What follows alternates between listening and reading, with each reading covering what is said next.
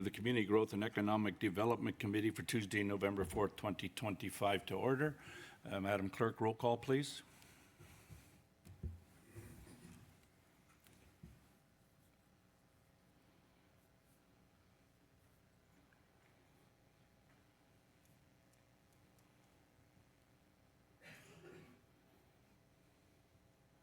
Thank you. I see we have Chair Henry with us. Welcome back, Chair Henry. I hope you're doing well.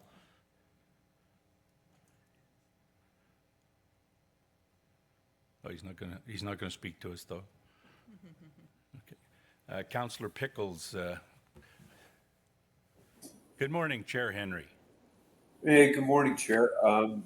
Yeah, I'm doing much better, but I'm still only able to participate remotely probably for a while. But thank you for recognizing me. Well, we send our best to you for a speedy recovery.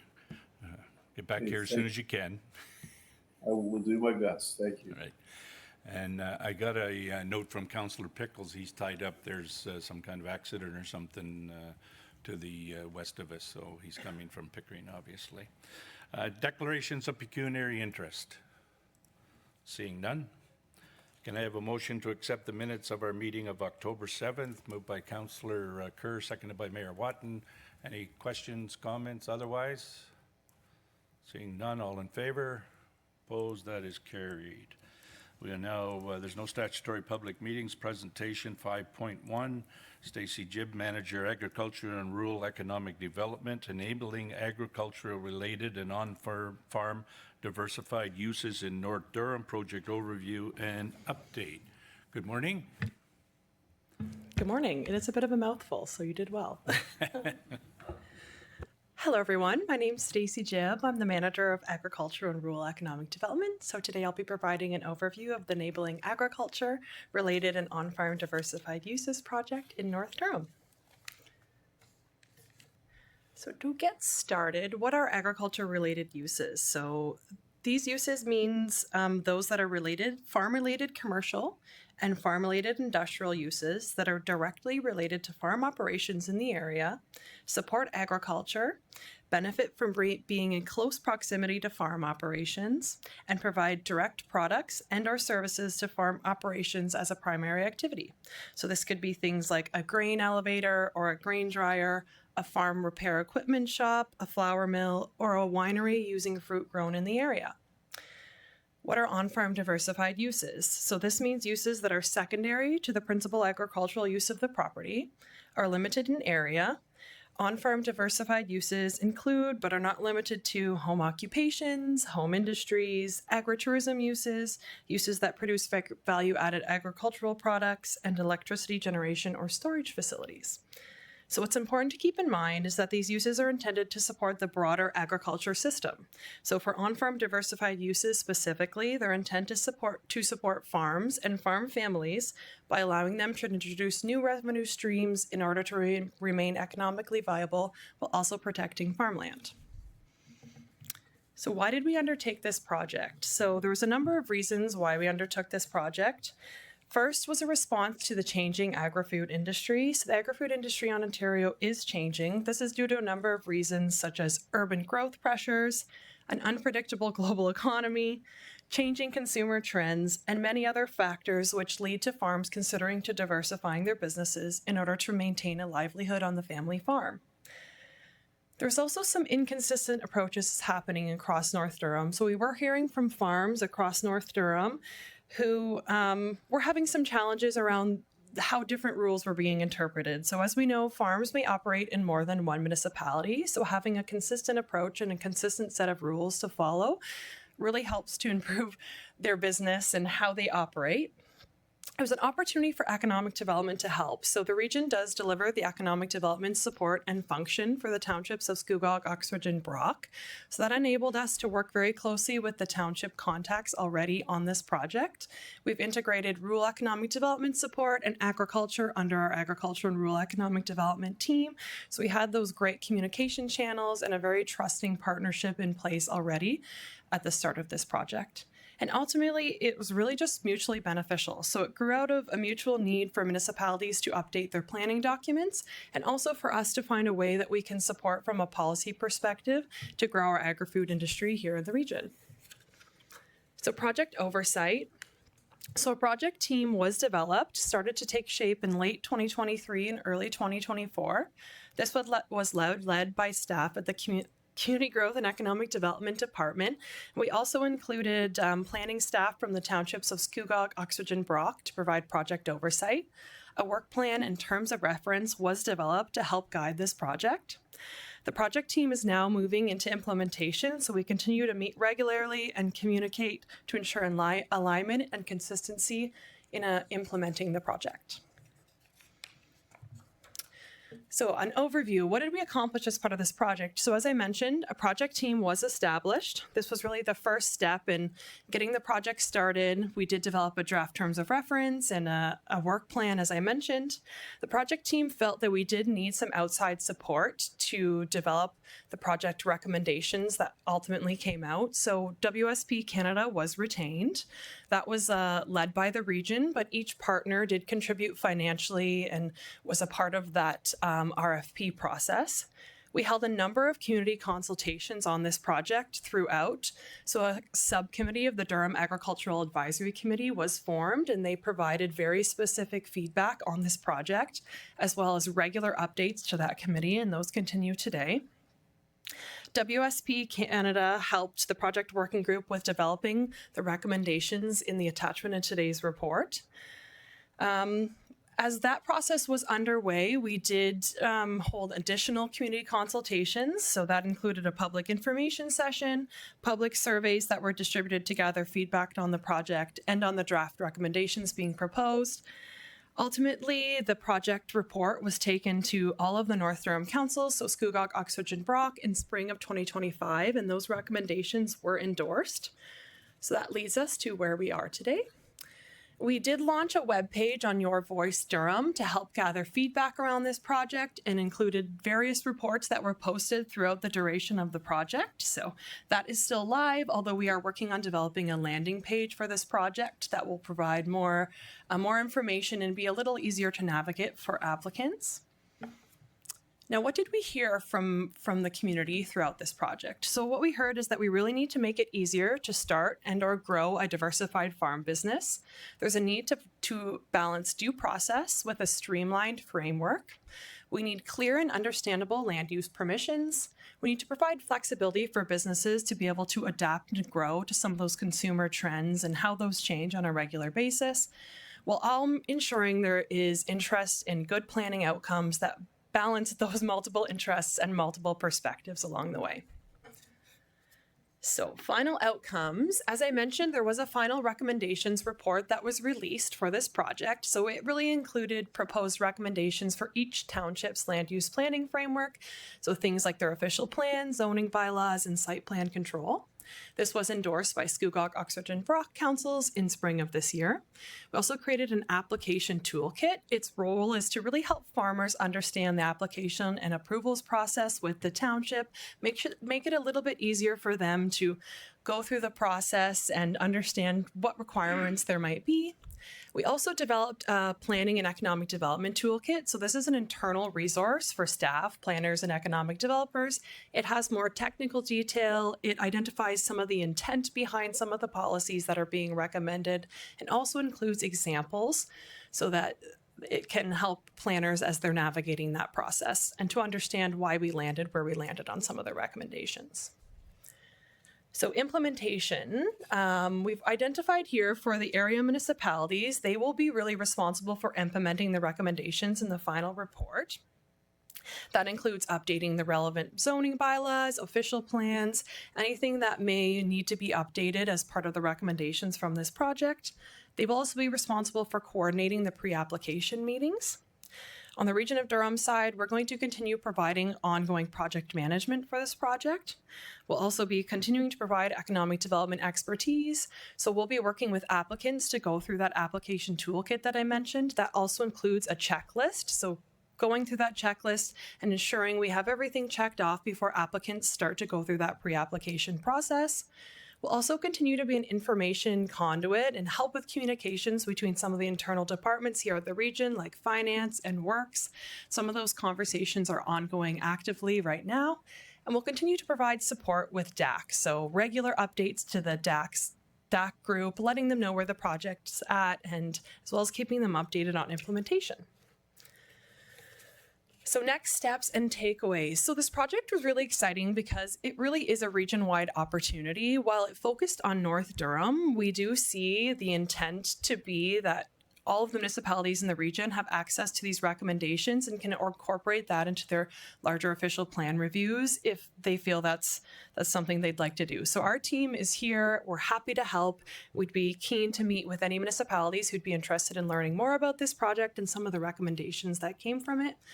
Ultimately, it's really intended to provide broader support for the agri-food industry using an agriculture systems approach. So we're really excited about where the project has landed and how we'll see growth in the whole agri-food industry across the region. And finally, just really encouraging enhanced municipal relationships. The project has been a huge success in the sense that we've all worked together towards a common goal. We've been able to share resources and be able to pick on skill sets that some people have and others may be able to pick up on. So it's been really exciting in that sense. I just want to wrap up and thank Mayor Watton and her team at the Township of Scugog, who have been true champions for this project. They were the first to hold a public meeting in September and will be moving forward later this year with updating their planning documents. So huge thank you to her and her team.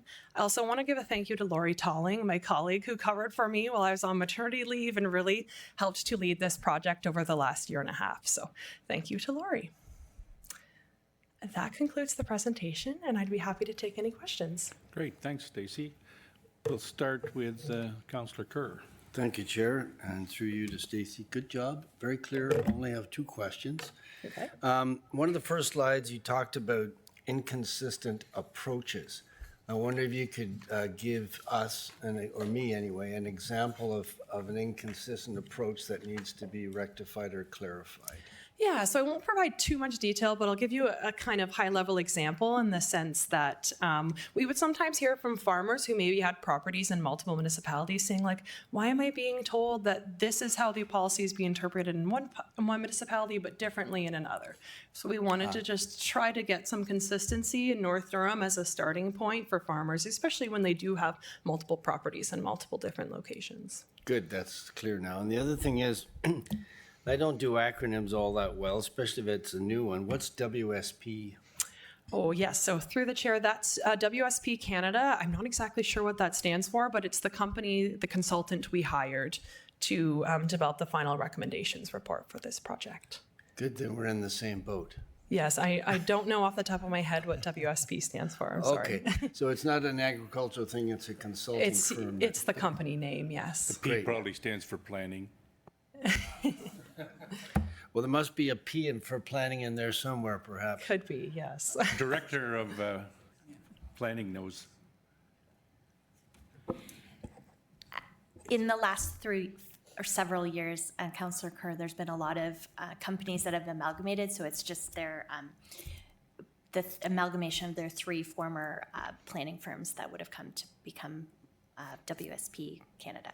So do we know It's what the former names of founders that I cannot get to the tip of my tongue at the moment. So we're all in but, the same boat. Yeah, I just There wanted we to go. clarify that. Okay, so the bottom line is it was a great presentation. You've answered the question that you could, and the other one isn't really that important. So thank you very much. Thank you. Okay. Thank you. Mayor Watton. Thank you, Mr. Chair, and good job, Stacy. As you know, we have been partners all along the way, and I think it's turning out to be a really good document and policy moving forward. I do have a question, and Councillor Kerr touched on the inconsistent approaches. And you responded with the the differences perhaps between the North Durham regions. And at the end of your presentation, you spoke about a region-wide kind of document or whatever.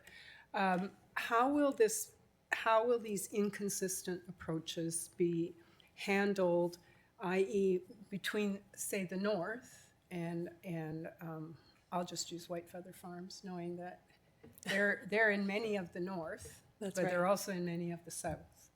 And a very focal inconsistency commenter. How do you see, if this is a North Durham document, being wrapped or rolled out to southern municipalities that may have the same scenarios as we do, maybe not in as large a scale, but Yeah, so through the chair, I will attempt to answer that question as someone who's not a planner, but I'll do my best. I think ultimately, if municipalities took their recommendations in the final recommendations report and implemented them as part of their official plan and zoning bylaw amendments or updates, we would hopefully be able to see at least some consistency in terms of the actual policies themselves. I know in terms of implementing, there's always a little bit of nuance there, depending on sort of who's at each municipality and how they might get interpreted. But our hope with developing the policies and the recommendations was really that if those get implemented and how they're written in the final recommendations report, ultimately we have the best chance for consistency across the board in the region. perfect. That's what I was hoping to hear. And that's kind of what I foresee as it rolls out, that it will be, again, we'll have the zoning challenges through each municipality's official plans and so on and so forth. But I think that would be a good goal to make sure that we're as consistent as possible across all municipalities in the region. And that's all I have. Thank you, Mr. Chair. Thank you. Thank you. Councillor Wu. Yeah, and good morning. And if Chair Henry's there, good morning, Chair Henry. Stacey, thank you very much. And again, following up on Mayor Watton, and you mentioned one slide, region-wide opportunities for policy and process update, and obviously Regional Council in Clarington. And when I just look at the most recent gathering on the farm and the number of farms that were involved with that, and others that probably would like. With this, and again, when I go back, I'll be speaking with our Director of Planning about this, and how would this work, between the region, yourself, and our staff? So through the chair, in terms of how it would work, I think just an initial conversation to sort of share information about the project, do a little bit of a walkthrough would probably be a great first start. I will say I have had some initial conversations with the economic development staff at Invest Clarington, and I know this is very much on their radar and something they've been looking at, and they'll be hosting an on-farm diversification workshop November 18th, I believe. So they're certainly starting to look at this, and there's some interest from the economic development side, but in terms of planning, I think just an initial meeting to get started and we could share a little bit of information about the project would be great, and I'd be certainly open to that. Well, that sounds great. November 18th, you did say? Yes, I believe it's part of the Do It in Durham events that week. Yes, Okay, thank you very much. you're welcome. Thank you. Councillor Shahid. Thank you so much. Through you, Chair Chapman, I just want to take 2 minutes of indulgence in thanking everybody, specifically our staff and Mayor Watton and her team, because it looks like extensive work and it's definitely some amazing strides that we have made. So thank you, everybody. That'll be all. Thank you. So what I get out of this is from the three northern townships are working together so that they can have consistency, because we know the bulk of the farms are in the north part of Durham. But from the other ones, I mean, Clarington has farms, Oshawa, Pickering.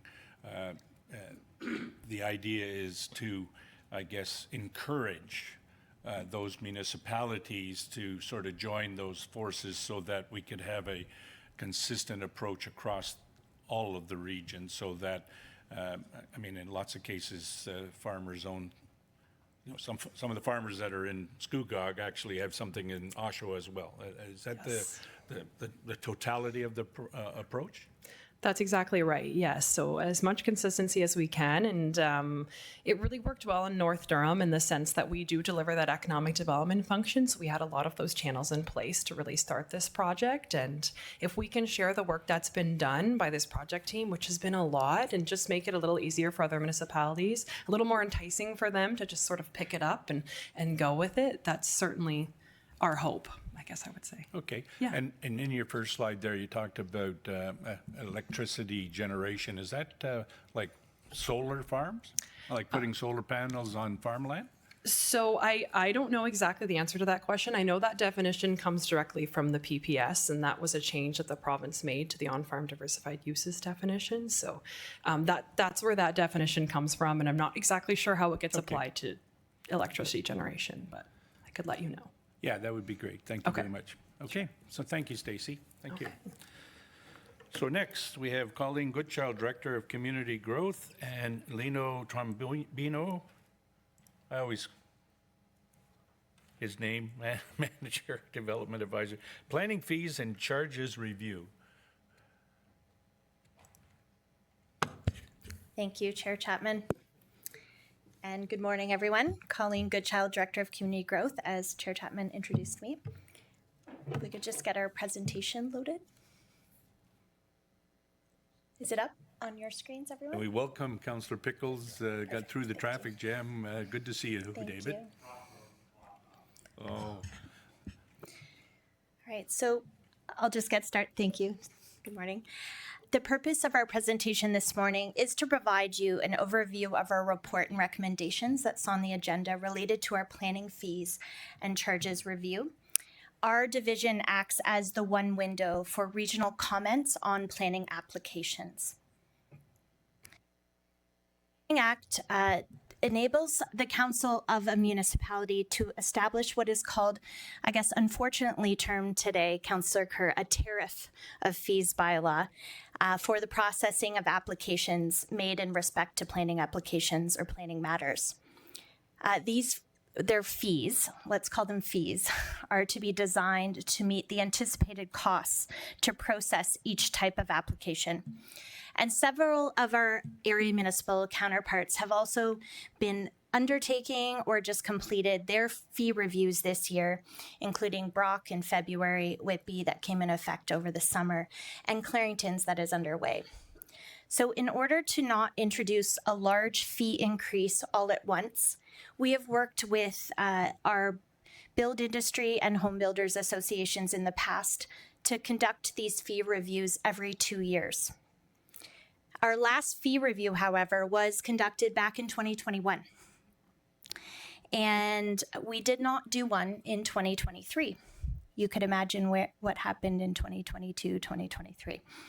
We delayed this review until the effects of Bill 23 and the changes to our Planning Approval Authority responsibility in Durham were known.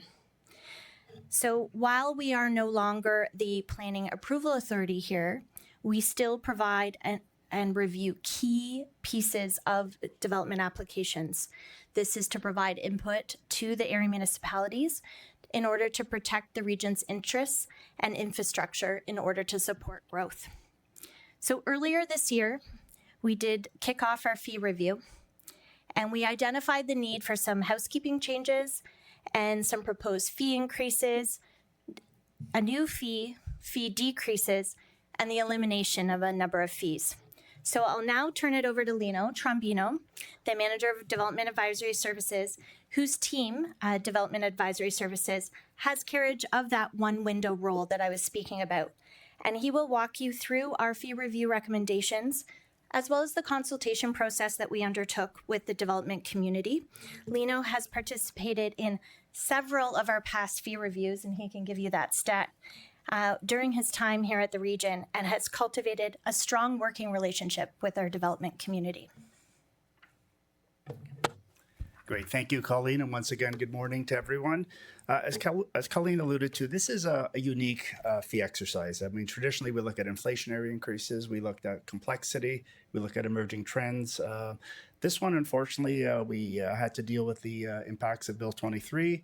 The Planning Act changes that no longer identified the region as an upper tier responsibility approval function. So because of that, we had to examine it and understand the impacts and move forward to a series of changes, which I'm going to primarily describe as housekeeping changes, given the impacts of Bill 23.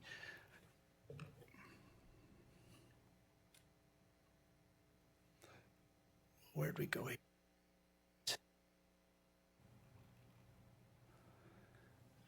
So as you can see, and as Colleen indicated earlier, the last fee review was 4.5 years ago. Our review concentrated on analyzing the impacts and inflationary costs and complexity of applications, and we've come forward with 5 baskets of recommendations. Attachment number 2 to your report provides a really nice, tidy, and neat summary of the applications that are going to remain the same, those that are going to be eliminated, and those are going to be increased. And once again, the region's role here is to provide, and the department's role is to provide a one-window approach to region's comments. So what does that mean exactly? So the Community Growth and Economic Development Department receives applications, all applications circulated to the region. We process them, we circulate them to all our internal departments, Works, Health, Transit. We then receive those comments, we reconcile any differences or any discrepancies in the comments. We then produce report, and then we issue them to our area municipal colleagues and also to our stakeholder representative in the building community. So one of the key changes, I'm going to say is the non-changes, are fees remaining the same. As you can see, there are a series of changes or non-changes that are going to occur. And this is as a result, not because Bill 23 has taken some of our approval powers away, it's because the role in these applications really has not changed considerably. We have identified the fact that, like in terms of subdivisions, condominiums, part lot, those fees generally remain the same. Our commenting role in one window remains the same. And we've also looked at zoning bylaws, and the numbers and the data suggest that we really didn't have to increase those fees. For less common type applications, we also kept those fees the same because we felt that any small increase in these fees would produce a minimal or marginal impact. As such, we did not touch those. And the last one as well, like some fees, we've decided we're just going to keep them the same only because minimal impact or overall fee generation. In terms of housekeeping changes, a lot of this, once again, stems from Bill 23. We are now an upper tier municipality without planning responsibilities. So we no longer approve regional official plan amendments. We no longer draft approved subdivisions and condominiums in our 3 northern municipalities. So a lot of the changes with respect to that stems from the fact that we no longer have that ability, and also sort of the delegated of area municipal official plan amendments, the ones that used to present a regional interest. For example, there could have been a servicing interest. Those historically would not have been exempt, and thus the region would have been the approval authority for your local official plans, and that included secondary plans. So those are now back in the realm of the area municipalities, and as such, we had to change the bylaw. We need to change the bylaw to reflect those administrative changes. We also have eliminated some fees, and as indicated earlier with respect to the implications of Bill 23, we no longer accept, as indicated, regional official plan amendments. We no longer have approvals of area municipal official plan amendments. So those obviously are no longer part of our fee schedule. We also, in the north, our 3 northern municipalities, as indicated earlier, we no longer draft, approve, or accept those applications. We strictly are a commenting one window function on those. Yeah, thank you. That is hopefully a little better. And as we move forward with those, thank you. That's great. So we have eliminated those fees. One thing you'll notice there, the third bullet, consent application. So we downloaded the Land Division Committee to the area municipalities about 1.5 years ago. And as such, the bylaw just needs to be amended to reflect the fact that we no longer accept those application processing fees and stamping fees. We strictly comment on those applications. And then finally, some administrative costs. We've eliminated those only because we don't publish many notices of public meetings anymore. And some of the smaller ones where it's just maybe a handful a year, we just eliminated the need. We just think it's good customer service. If someone needs a map, we'll just print it for you. We're not going to charge you the $15. It's just minimal revenue. So those are some of the eliminated fees. In terms of fee increases, this is always the one everyone's a little careful of. Why increasing fees? Well, we've had, like I said, we've been 4.5 years since we've done a fee review. There's been inflationary costs the last 4.5 years, and the applications we're getting today, a lot of them are more complex. A lot of them are infill developments, redevelopment applications, or some in our rural areas that are now permitted under the PPS. So because of that, the complexity really has justified the need to increase these applications. And you can see a lot of them there relate to subdivisions and condominiums, and that's where the majority of them are. If you look at continued here, we also have increased our fee for an area municipal official plan amendment, request to utilize non-potable standards, and then the last one there, consent applications. A lot of people looked at that at first, say, wow, that's doubling. Wow, that's a lot. Why are you doubling it? Well, by way of background, we used to administer the Land Division Committee process. We administered that. We had a very efficient process. We also had economies of scale, it was all within the same department. And because of that, our commenting fee was always like $500 was extremely low and really under what it should have been. Given we no longer administer the process, we don't have those economies of scale, there was a need to increase that fee, and we've increased that from $500 to $1,000. So with all these fee increases, I do want to add that Build and the Durham Home Builders were consulted. They did not object to any of the fee increases. And with respect to a comparative analysis, we also looked at our colleagues in other upper tiers in the GTA. And I can assure you our fees they basically compare very favorably. We're probably the lowest on most of them. And as such, we are confident that the fee is reasonable. We have actually introduced one additional fee. So our last basket of fee changes is a fee. And what this fee basically does, there's been some legislative changes and some economic conditions which now allow those who have received draft approval in the past, who are maybe not ready to proceed within 3 years, well, I need maybe another couple more years.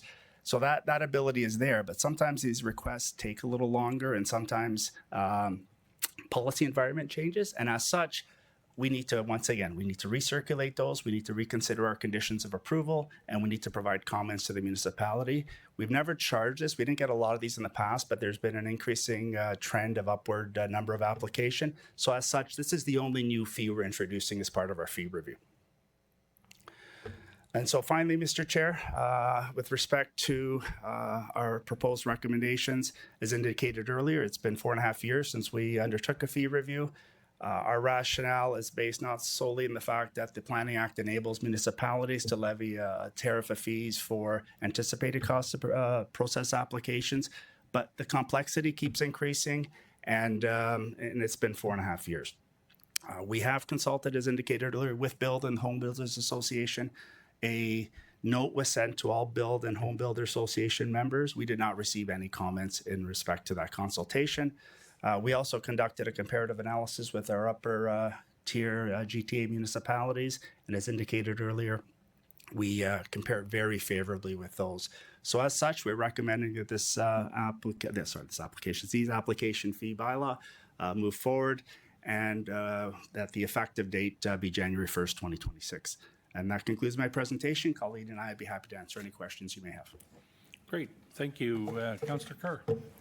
Thank you, Chair, and through you, I would think perhaps to Lino, seeing as he was the one speaking on it, but good morning, Colleen, nice to see you. I think it's reasonable that there should be some fee increases after at least 4.5 years, and maybe 6.5 when you consider it was 2 years before that when some changes might have been made. And I think it's significant that the user groups or the people affected had no comments on this, no negative comments. My question goes to what was cut. So on the first page, and I don't know whether you can go back to it, where it had the elimination of fees. Sure, I'll bring that back. Well, I think it's, yeah, so go down to number 8, I think. One more. So which, you wanted the eliminated or fee No, increases? not the increases, the elimination of fees. So this is sorry. page 2 of the eliminated, and this is page 1 of the eliminated fees. Yeah, I think there may be one more. It's the one that where you eliminated $20,000. So that would be, through the chair to the councillor, that would be the first bullet on this slide, regional official plan amendment application. A Bajer fee used to be $20,000. That fee was submitted to the region for the processing of that application. We would conduct the meeting, we would publish an ad in the newspaper, and we would notify area residents. We would then move ahead with any reviews, any technical reviews, peer reviews. Given the regional official plan is now your regional official plan, and you're responsible for implementing that, and your official plan reviews that are ongoing will ultimately take the provisions of the municipal affairs approved version in December of 2024, and that is yours to run with now. So any amendments in that transition period are currently filed with the area municipality. So if someone comes forward in your area municipality, sir, and asks, well, we need to amend the Oshawa official plan, we need to amend the region official plan, which you are administering, there is no longer a fee for filing that $20,000 to the region. The region treats that as an AMOPA, an area municipal official plan amendment. So if you were to file, so let's say Tribute were to come in, they file an application to amend your official plan and the region's official plan, we wouldn't collect 2 fees. We would just collect the one AMOPA fee. Understood. Now, would there now be a new fee at the municipal level, or was there always a fee there as well? There was always a fee at the municipal level, and there's 8 different municipalities, and as indicated earlier in the previous presentation, there's sometimes different ways of interpreting and implementing that, and we are no longer involved in that implementation, so it might be best to speak to your Sure, and I would Commissioner Director. imagine the municipal fees might stay the same. I guess the point I was coming to with that, this would be seen as a pretty good move forward by anybody who is looking at doing developments. That's just one less fee that they have to account for. I was just going to comment that it was probably be well received. Through the chair, absolutely, it's that one less fee, and on those applications where the pro formas, you're looking at an extra, let's say 30, 40,000 between a regional fee and another reviews. Yeah, that goes a long way in helping those pro formas, for sure. Bingo. Thank you very much. Thanks, Chair. No other questions, but something to remember is that although they took away the upper tier planning authorities, we still have an important, our staff do a great job, we still have an important piece because we have to connect all the water and sewers, the regional transit, the regional roads, and all those things. So this is where the commenting comes in, and now it goes to one place. Our staff look after getting those comments from transit, from works, and all those things, because you can't build new homes if the sewers and water is not going in. And as we know, a lot of times, part of the parcels, boundary on regional roads. And so what has to happen to those regional roads? Because of the traffic surveys, do they have to widen them? Intersections, do they require traffic lights? All those types of things. Those are the things that these charges are for our staff to do all that, so that the lower tier can get those applications approved and move forward with the building. And I thank them. Colleen and her group do a great job at doing that, and I haven't heard, at least from Oshawa, I haven't heard any complaints about the time it's taking to get those things back. So maybe some of the staff talk to you, but nobody has complained to me, and they know I'm the chair of this committee, so good work, good work. Okay, so we have Councillor Shaid. Thank you so much, through Chair Chapman. Just a question regarding Bill 23, and has it been completely formulated by the province? With respect to the provisions dealing with the Community Growth and Economic Development Department, we have now implemented that. The lower tiers, the area municipalities, are now responsible for, or have carriage of enforcing and implementing the regional official plan, and you are taking the provisions of that as part of your current area municipal official plan conformity exercises.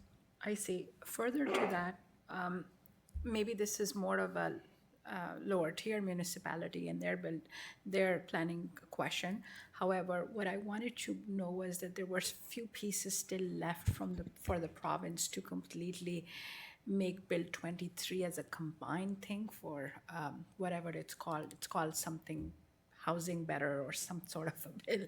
But has that been given the complete royal assent? Sure. Through you, Mr. Chair. So for upper tier planning authority, that Okay. as of January 1st. Okay. However, there are some aspects of Bill 23 related to development charges and regulations that are still working their way through, even as recently as this week with Bill 60 and some of the consultation that the province is doing on their most recent set of legislation. We can certainly, you'll probably see more of that at Committee of the Whole or Finance and Admin next week related to the ongoing legislative review. Thank you. And lastly, through you, Chair Chapman, we heard news from CLOCA of some changes coming to that. Is that relevant to this? I know this is more of a fee structure, but if it's not, I could have a sidebar. Certainly. Through you, Mr. Chair. So on Friday, there was the news release from the province related to the creation of an overarching conservation protection agency and the thought of changing regional boundaries related to conservation authorities. We've seen a map related to that, but we do not believe that it's the official release yet. But there are certainly ideas about a future ERO posting that we would or all municipalities and CAs would have the ability to comment on that would be discussing those changes.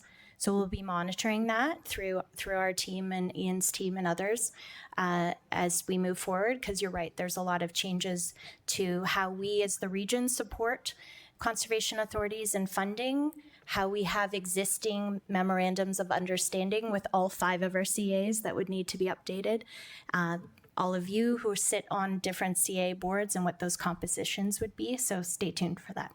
Yeah, that's a moving piece, so I appreciate it. Thank you so much through your Chair Chapman. I really appreciate it. So just on the conservation authorities, the next CLOCA meeting, you'll get a bit of an update on that, right? There was an email, The map that you saw is a little deceiving because it looks like we're absorbed into Toronto Regional Conservation Authority, and we don't know that. The other thing that we know from the background of it is that how the finances will come, in this case, from the region to whatever the amalgamated one is. Like, is CLOCA going to become part of TRCA and the same with Ganaraska and Kawartha, or is it going to be a separate one? Those things don't. This is going to take them a year. The changes, we're told. I mean, the consultation period's going to be done there. I don't know what will come out of the consultation because we do have a majority government at the provincial level, right? But that the effects of it are not supposed to take place until the first quarter of 2027.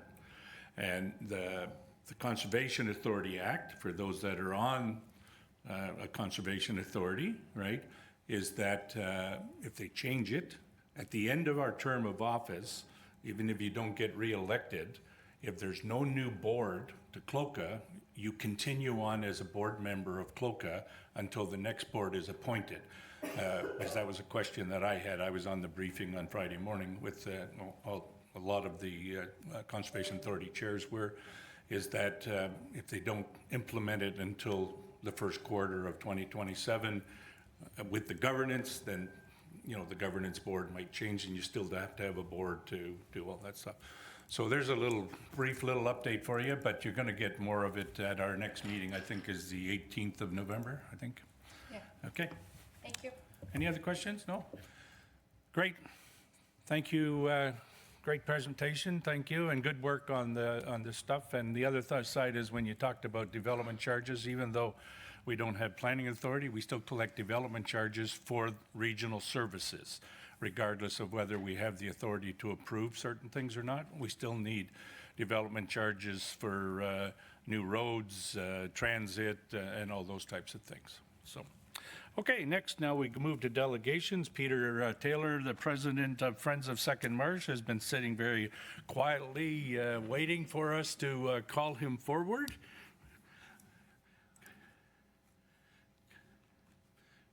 Good morning, Thank you, Peter. Chair Chapman.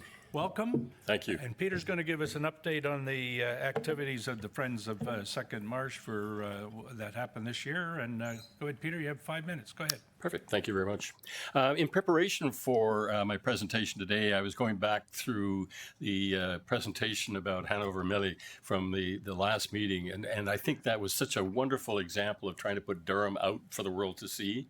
And so what I think we have here in looking at the Second Marsh and the McLaughlin Bay Wildlife Reserve is just more evidence of the importance, the value of this asset that we have. So I'd like to walk you through some of the things here. Our mission as Friends of Second Marsh is to connect people with nature. That's our total focus. And within that, what we try and do is provide that through education. We do that through interpretation, giving people more insights into what's happening there, both with the wildlife, the flora and the fauna, and certainly with stewardship. And what our stewardship committee has done is quite remarkable. They're developing a reputation for being at the forefront of dealing with Phragmites, which invasive Phragmites are a plague upon us. But they're beginning to have a reputation around the province for being very much at the forefront of this too. We've got 178 acres down there. And if you add another 41 hectares for the McLaughlin Bay Wildlife Reserve, we have over 200 hectares of prime lakefront to be talking about here. It's got an incredible diversity. Those of you who've been down, and if you haven't and would like to go down, let me know. We'll certainly get you down there. We've got 7 kilometers of trails that run through that area. So it is an amazing area, both for the beauty that's there. I also think for the restorative value of anybody who goes down there and spends a little time. I come back with myself quite refreshed. And it's a wonderful way to get away from some of the craziness that we're dealing with in the rest of the world. Our actions in the last year, we've been doing a lot of hikes. This is ongoing for us. World Wetlands Day, spring migration, introduction to birding. All of these things are ongoing hikes that we offer, primarily led by our 2 part-time staff. On other occasions, some of our board members pick up the slack because it's time intensive and we only have 2 part-time staff. So it is something that takes a lot of concentration and support from the board. The Doors Open event we participated in this year for the first time, and we're just delighted with the reaction to that. We had, I think, over 100 people that came down to look at the marsh, many of whom had not seen it, many of whom were not even from the area. They were from East Quillenberry, Kingston, all over. So the Doors Open event is one that I think we need to be supporting more within the region on an ongoing basis because it does bring people in from abroad. The cleanups we do, the Great Lakes Earth Day event with Rotary, we've been doing that for a number of years, and I think that's a hugely impactful day. You can take a look at some of the stuff we pick up. It's unbelievable, some of the things that are collected down there. We also this year and last year worked with the mayor of Oshawa in his cleanup, and so that is an ongoing aspect of what we do as well. Community engagement, massive undertaking for us because there's so many people that don't know what's down there. And so we get out and we try to give people insights into this amazing asset we have here. So we get invitations to speak from a variety of organizations, Probus, Rotary Clubs, Pickering Township. We've just been asked by Ajax Rotary to speak to them as well. We have corporate engagement as well. We have General Motors, who've been a supporter for many years. We have people that come down from GM to do some of the stewardship work. They also come down as a group in the spring and clean out bird boxes, which sounds bizarre, but they love it. It's just it's sort of hands-on in trying to make this a better environment. So we have people that come down from there. OPG, certainly with their new headquarters building, what we're finding is they're taking employees through to familiarize them with what they're in the middle of. So they're going out for a lunch break and a hike, just walking around. It's really quite impressive to see. Metrolinx, we've had a couple of groups from Metrolinx who've come out and done some work with us on invasive species stewardship work. So there's a huge amount of potential, we think, to have more corporations see the value of bringing people down, either as a team building exercise or purely just to bring them down for a hike, or one of the community days a lot of organizations tend to conduct. This next one, the Ontario Shores, we've been running some hikes with staff and patients from Ontario Shores. First one, I was a little nervous. I wasn't quite sure it was going to happen. But by the end of that walk, to see the glee in the faces of some of the people that probably hadn't been out into nature for a very long time was just delightful. And we've since done 2 more and are talking about conducting more of those in 26. The challenge is it's all staff time. And that's where it's hardest for us to find the financing to provide those services. The Monarch Ultra documentary, I don't know if anybody here was there, but it was Rick, Councillor Kerr was there definitely, an outstanding documentary made by a filmmaker in Peterborough, documenting the run, ultra marathon from Peterborough down to the mountains of Mexico where the monarch butterflies winter. Absolutely powerful, phenomenal. We had over 200 people. So we've got more people thinking about the environment, the impact that we can have there. First Nations, we continue to build our relationships there. Number of discussions going on, but those are long-term initiatives that we keep working on too. Stewardship, I mentioned. We're trying to reduce the impact of non-native or invasive species. Phragmites, this is a picture I took a couple of years ago, and this is the post picture. All of a sudden you can see what's behind it. The Phragmites grow up to 5 meters. Absolutely astounding. They block out everything. At a ground level, nothing else can grow. So we have a Let's Defrag the Marsh program, and that has been successful. Through some work with CLOCA right now, we're starting to do it on the west side of the second marsh too, which is going to be great. Volunteers, we find 5 to 6 people a week coming out for a couple of hours on Wednesdays to do some stewardship work, people we've never seen before. Once they come, they tend to come back. So I think they get the bug and they keep coming back to us. Upcoming challenges, Love the Marsh, our fundraising campaign. We're looking at trying to build a new viewing platform right now. Some of you may remember the old platform on the east side of the marsh. That had to come down. This is similar to the new one we're going to build. We've been very blessed by the fact that Peacock Lumber has donated the lumber for it. So we're looking for the engineering and working on that right now too. The Love the Marsh art initiative.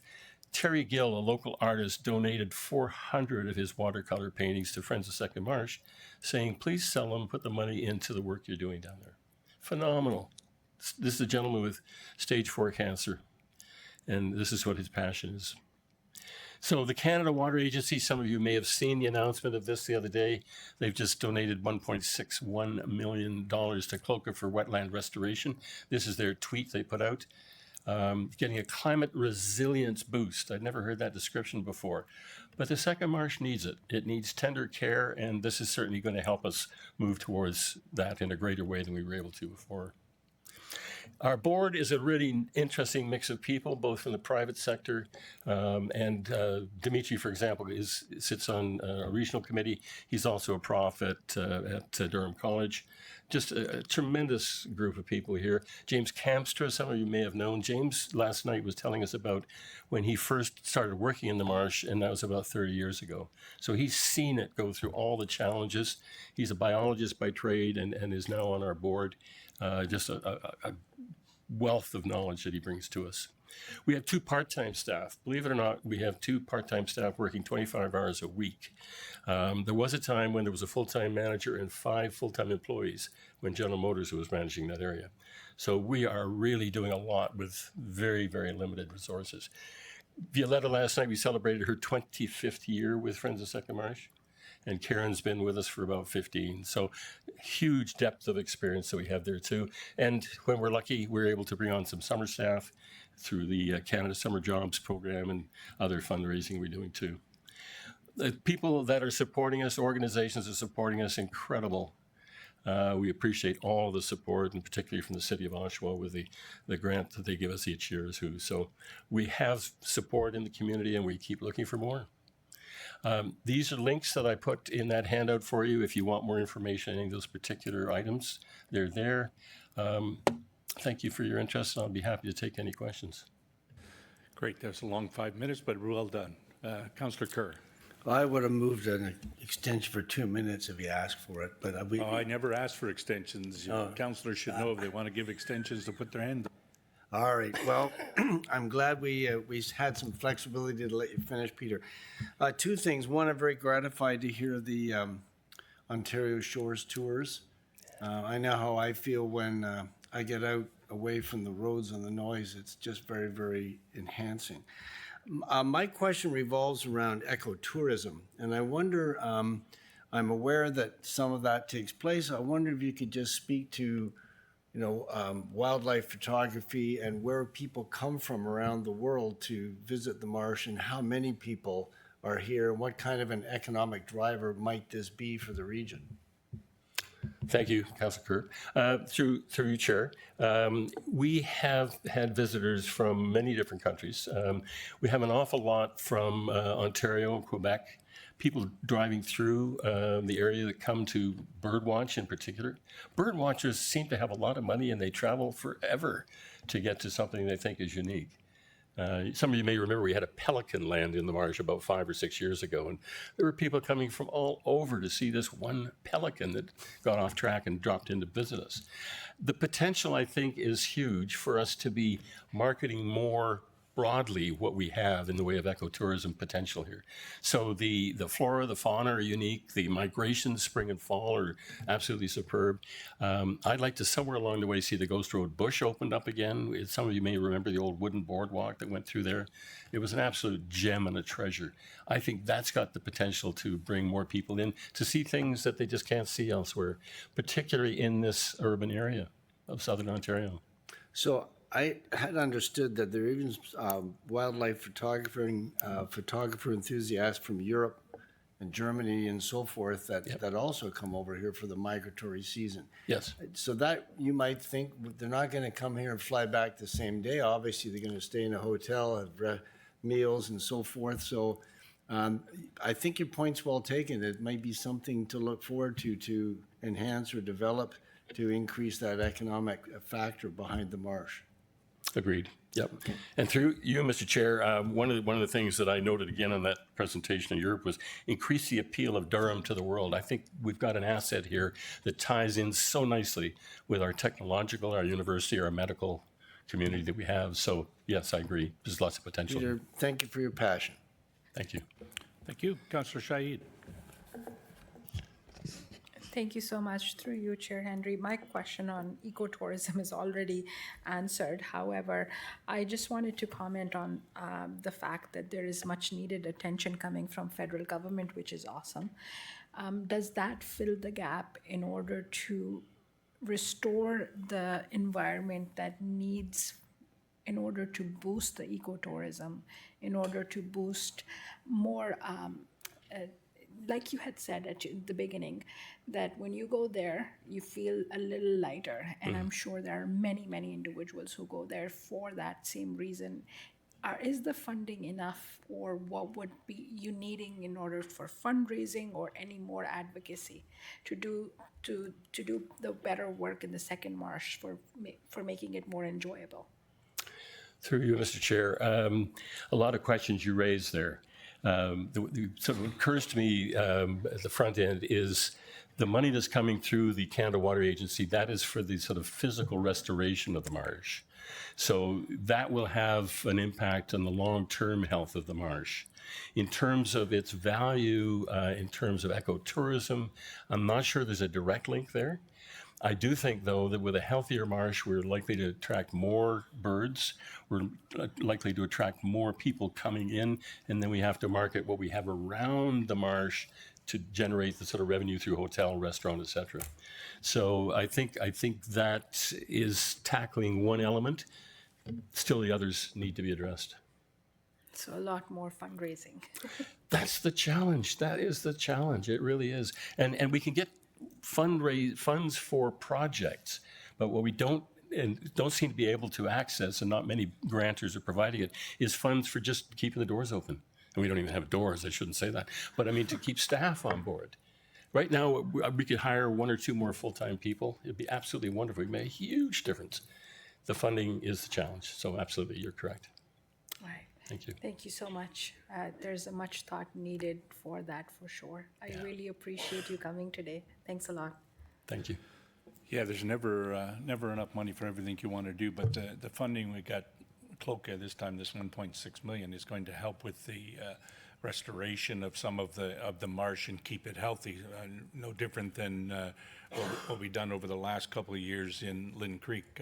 You know, the money that we got from the same fund through CLOCA to work on that, so we can make those marshes healthier, and then the natural habitat of the birds and everything else that comes, that's what will attract the people to come and look at it, right? Because if it's just a marsh that isn't attractive, then people won't come. You know, it's the old build it and they will come type thing. So, yeah, thanks for your questions. Mayor Watton. Thank you, Mr. Chair, and through you to Mr. Taylor. I just have one question. Recognizing what an important asset it is, the second marsh is, and the ongoing conversation about boosting ecotourism and so on and so forth.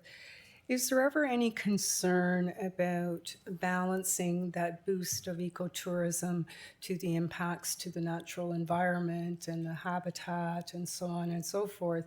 I mean, it's great to boost it, but is there a limit to, where we might have to close the doors? Not that we may not foresee it now, but is there a plan to balance that? Through you, Mr. Chair, I'd love to deal with that. Because it would be a nightmare to be down there and rubbing shoulders with people. Right. And I haven't seen that. You can go down there and walk sometimes for 5 or 10 minutes without seeing anybody else. Another time you might run into a group of 5 or 6. That's a problem I'd love to try and deal with. Okay. We're not there yet. Okay. We're not there yet. Okay. And I'm very concerned to what you say. Yeah. Agreed. Okay. Thank you very much. Thank you, Mr. Chair. It's certainly something to keep an eye on, because I understand where you're going with that. Is sometimes too much of a good thing is a bad thing, right? Yeah. So thank you very much for coming out today, Peter, and thanks for that presentation. Thank you, Mr. Chair. Thank you to the committee. Appreciate it. So we'll now move on to reports. The first one is community growth, report number 2025 CG12, planning fees and charges review, and report 2025 CG13, Region of Durham, comments on ERO posting 025-1077, a proposed regulatory framework under the Special Economic Zones Act 2025 that sets out draft criteria for the designation of projects, proponents, and zones, and 025-1001, new requirements for data centers seeking to connect to the electricity grid in Ontario. Can I have a mover, please, of both those reports? Mayor Watton, seconded by Councillor Shaid. Does anybody want to pull either one of those reports? No? I didn't quite catch that. Yeah, right. There's always one in every crowd, isn't there? So all in favor of the recommendations? Opposed? There are none. Thank you. Next is Economic Development Report 2025 EDT 15, enabling agricultural related and on-farm diversified uses in North Durham. Project overview and update. And I have a mover, Councillor Kerr, seconded by Mayor Watton. Any comments or questions on that? That's a receipt for information. Seeing none, all in favor? Opposed? That is carried. The next one is the Durham Agriculture Advisory Committee, requirement for a valid farm business registration number for on-farm diversified uses. What they've sent to us is to advise us of their recommendation. Mayor Watton, did you have a motion on that? Thank you, Mr. Chair. Yes, I just motion that we receive it for information at this point. Okay, seconder, Councillor Pickles. Any comments, questions, or otherwise? All in favor? Opposed? That's carried. Any other business? Our next meeting is Tuesday, December 2nd, 2025 at 9:30. Just so you know in advance, the commissioner is looking at how many items we have, if any of them are time sensitive or not. At this point, it looks like there's very few items, so instead of having a meeting on December 2nd, she'll advise me and then we'll advise you.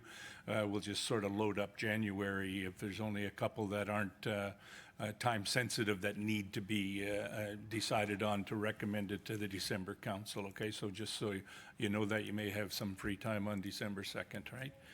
A motion to adjourn, please. Councillor Wu, seconded by Councillor Pickles. All in favor? That carries. Thank you. Have a good day, folks.